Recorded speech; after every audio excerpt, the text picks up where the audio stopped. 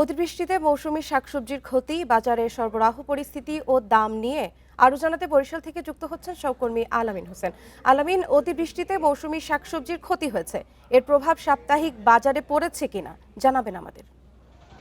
জি, আসলে গত কয়েক সপ্তাহের বৃষ্টিতে এবং বিভিন্ন অঞ্চলে বন্যার কারণে কিন্তু বরিশালের বাজারেও এর প্রভাব পড়েছে এবং আমরা যেটি দেখছি যে বরিশালের যে বাজার রয়েছে এখানে সবজির দাম কিন্তু বেশ বেড়ে গেছে। এখানে কিন্তু আসলে সকাল থেকে আমরা দেখেছি যে আসলে সবজির বিক্রেতা কম রয়েছে, সবজির সরবরাহ কম। যেই সরবরাহ কম থাকার কারণের কথা কিন্তু বিক্রেতারা জানিয়েছেন এবং সেই অনুযায়ী কিন্তু আসলে দামও বৃদ্ধি পেয়েছে। বরিশালের প্রতিটি বাজারেই আমরা কম বেশি খোঁজখবর নিয়েছি এবং প্রতিটি বাজারেই আমরা দেখছি সবজি থেকে শুরু করে মাছের দামও কিন্তু বেড়েছে।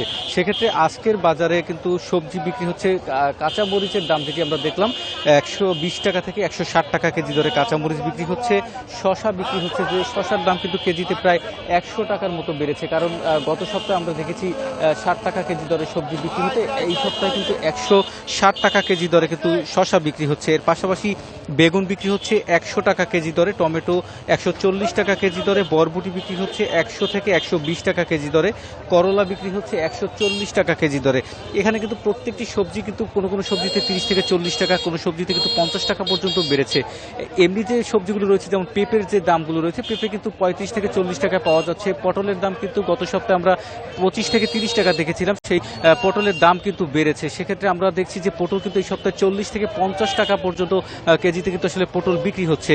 আমরা যদি মাছ বাজারের কথা বলি, সেখানে কিন্তু একই পরিস্থিতি আমরা দেখতে পাচ্ছি। মাছের কিন্তু বেশ সরবরাহ রয়েছে এবং মাছ বাজারে কিন্তু ক্রেতা সমাগম বেশি রয়েছে। সেক্ষেত্রে কিন্তু মাছের দাম কিন্তু বেলা বাড়ার সাথে সাথে আমরা দেখছি যে সকালে যে মাছের দাম ছিল তার চেয়ে কিন্তু কেজিতে আরো 10 থেকে 15 টাকা পর্যন্ত বেড়ে গেছে। সেক্ষেত্রে কই মাছ বিক্রি হচ্ছে 200 থেকে 220 টাকা কেজি দরে, পাঙ্গাস বিক্রি হচ্ছে 230 টাকা কেজি দরে।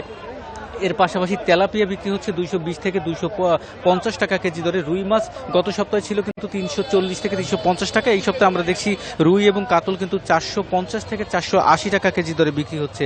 পোমা মাছ বিক্রি হচ্ছে 400 থেকে 450 টাকা, চিংড়ি মাছ বিক্রি হচ্ছে 700 থেকে 1000 টাকা পর্যন্ত কেজি দরে।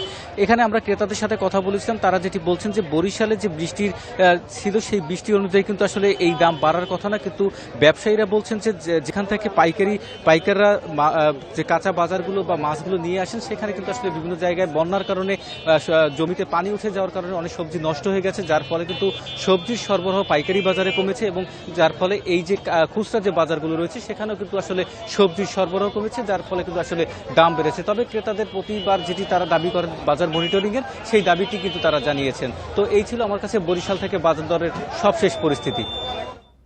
বরিশাল থেকে বাজার পরিস্থিতি নিয়ে জানাচ্ছিলেন আমাদের সহকর্মী।